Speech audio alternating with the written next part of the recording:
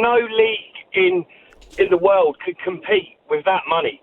We've seen it with the World Cup. Everybody said you won't have a World Cup in the Middle East. It's happened. Yeah. That league will throw money at UEFA and FIFA, and within 2 years they will be playing Champions League football. Champions League. Well, it's tricky for them to do that, but there are nods around this office at you saying that it could happen. Yeah, they'll buy into it. FIFA or UEFA, you can't turn down that sort of money. Footballers can't turn it down. Managers can't turn it down. I mean, Steven Gerrard, he is a flop as a manager, but he's getting £30 million for a year or a contract for however many years. You can't compete with it. Nobody can. James, what an interesting point you just made. James, is what will happen is there's that UEFA have got this initiative and they're doubling down on it, and you've got people like Javier Tebas in La Liga that are being incredibly vociferous about the antics of other football clubs. You can't have the desire to make football more sustainable and then allow the Saudis to continue, or the Middle Eastern guys continue what they're doing, and then invite them into the fray.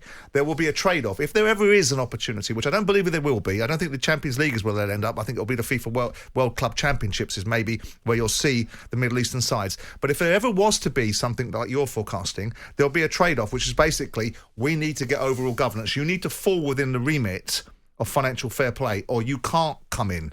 So what you'll find is maybe the Saudis will go on this ridiculous Johnny Splattercash scenario for a couple of years, and if what you're forecasting was to manifest itself, which I don't think it will, it'll come with them saying to the Middle Eastern guys, you've now got to fold down into the fabric of what football is around Europe, or you can't come in. That's what I think may happen. I mean, you think at the end of the day, James, their chosen destination is somehow to get into the Champions League?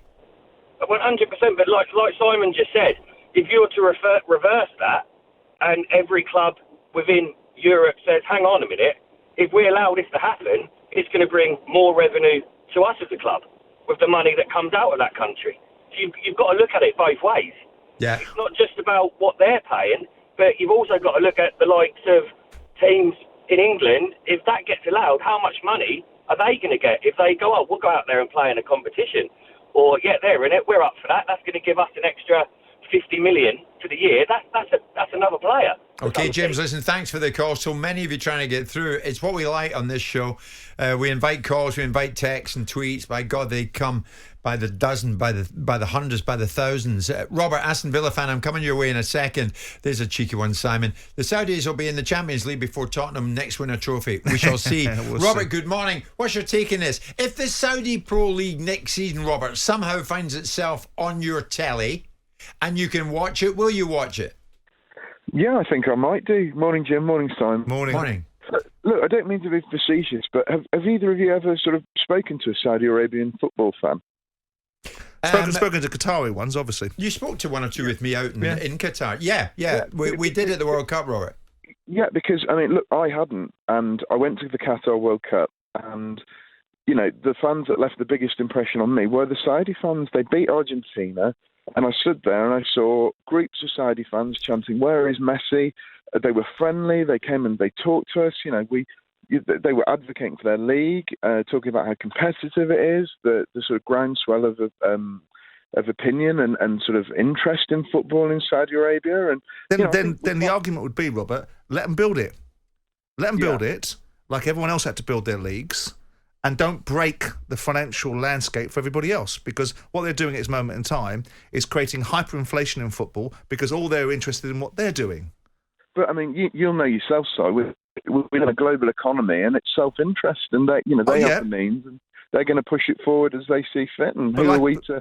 But with respect, Robert, in globalisation is one thing, and an ecosystem that is inextricably indexed to one another. In any other industry, if one business wants to push the envelope out and change the direction, it doesn't necessarily impact upon every other business. But when you've got a business like sport, where it's held together by collective bargaining, it's held together by underpinning aspects like football creditor policies where people have to pay their transfer fees and nobody can fall away without paying their obligations, all of a sudden, if one particular outlier comes in and says, sod the rules, couldn't care less about governance, couldn't care less about sustainability.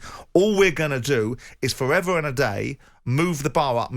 It'll affect the rest of the ecosystem. Yeah. I think they should be given a period of time to build their league and then brought in line with governance like everybody else is. Sure. Everybody else in Europe, everybody else around the world in football has governance. Why should the Saudis not have the same thing? Yeah, no, fair point. Fair point. What are you saying though, Simon? Forget the rules for a couple of seasons. I'm saying I can see the argument, right? Because on one side of the argument, I think to myself, this financial doping is going to have a ramification. But if it has a lifespan, right, and ultimately it gives somebody an opportunity, why shouldn't the Saudis and the Middle Eastern guys, the Qataris were under our jurisdiction up until 1970s. You know, you can look back 25 years ago and look at what these countries have built themselves into from what they were, and ultimately their societies are evolving. So if they want to participate in sport, if that were their ultimate aim, because sport is the ultimate end game for them, which it is not, it is a conduit, then they should have the opportunity to build elite leagues, but not breaking the ecosystem. So my sort of trade-off would be, let them do what they want for a couple of years, and then if they want to play amongst the bigger teams in world football, guys, right, you've had your chance to build your leagues, you've had your investment, everybody's had to suffer at the hands of this enormous pool of money that you've got in the football ecosystem. Everyone's been utilised and used by the threat of your money. Now, if you want to play and compete, if that's what you're about, then you have to come in line. They didn't like it. I mean, the Man City argument, the Roman Abramovich argument, neither one of them liked the idea that at some point they were going to be told how much money they're going to spend. So we're now talking about a league and the Saudi league going, here we go. Right. We've now got an opportunity to affect world football. So build it and they will come. Paul, Birmingham fan, I think, or is in Birmingham. Paul, I think that's what you think. Give it time, because we've seen this happen in the past.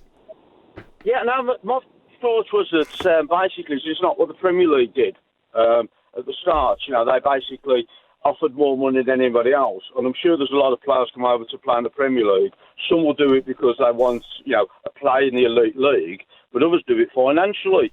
So in some ways, you know, just purely financial, never mind all the human rights bits on the side, financially, what's the difference? But did they? The Premier League have done? But did they, Paul? Because a lot of our players were going, like Paul Gascoigne went to Italy because they could get more money from playing in Italy. The clubs were buying some of our best players to go over and play in Italy. And what the Premier League has done over a period of time is organically built itself into a situation where it's an economic powerhouse. And the other leagues, because they couldn't get the broadcast deals, whether it's La Liga or whether it's Serie A, have fallen down the pecking order. But all we've done over a period of 10... don't forget, the first broadcast deal that came in 1992 was about 70 million quid. Yeah, but what's organic about Chelsea spending 600 No, there's million? nothing organic what's about organic it. about Man United spending 1 billion? But we're talking about...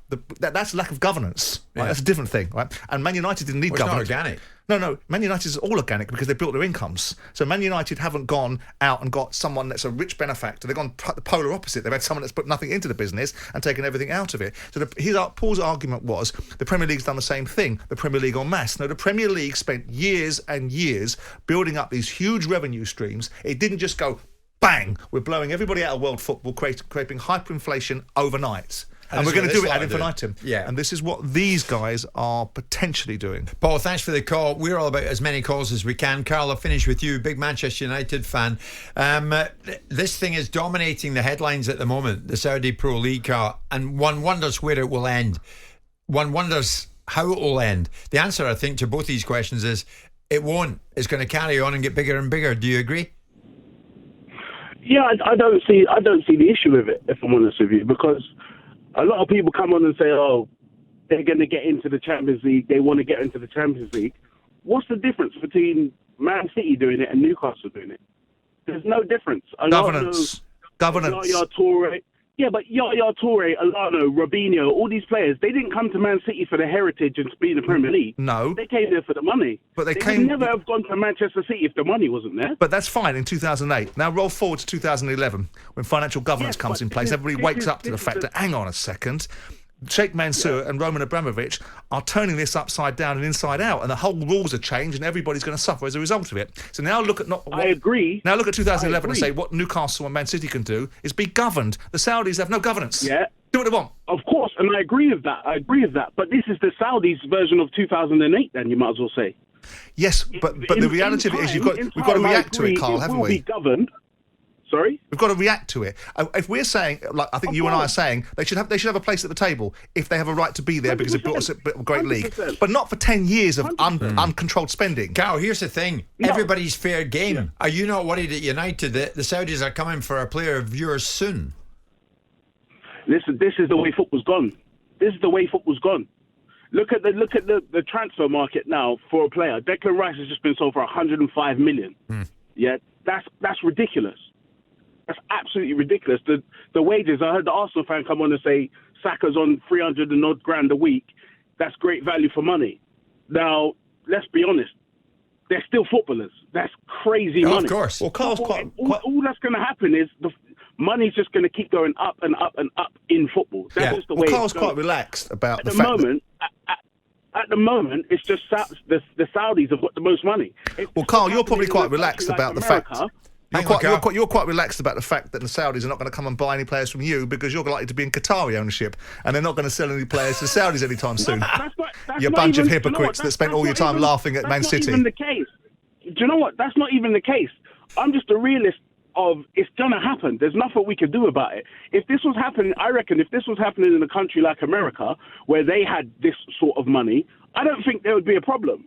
Obviously, are you mad? Are you mad, Carl? I don't think there would be a problem. Listen to what you're saying. You've got the American Senate debating and pushing back against Liv's takeover of PGA. They've got rules in America about nation states owning any of the sports institutions. They don't want it, so you're wrong. Yes, no, but what I'm saying is, if this was happening in another country, you said America, and you're wrong. Yeah, okay.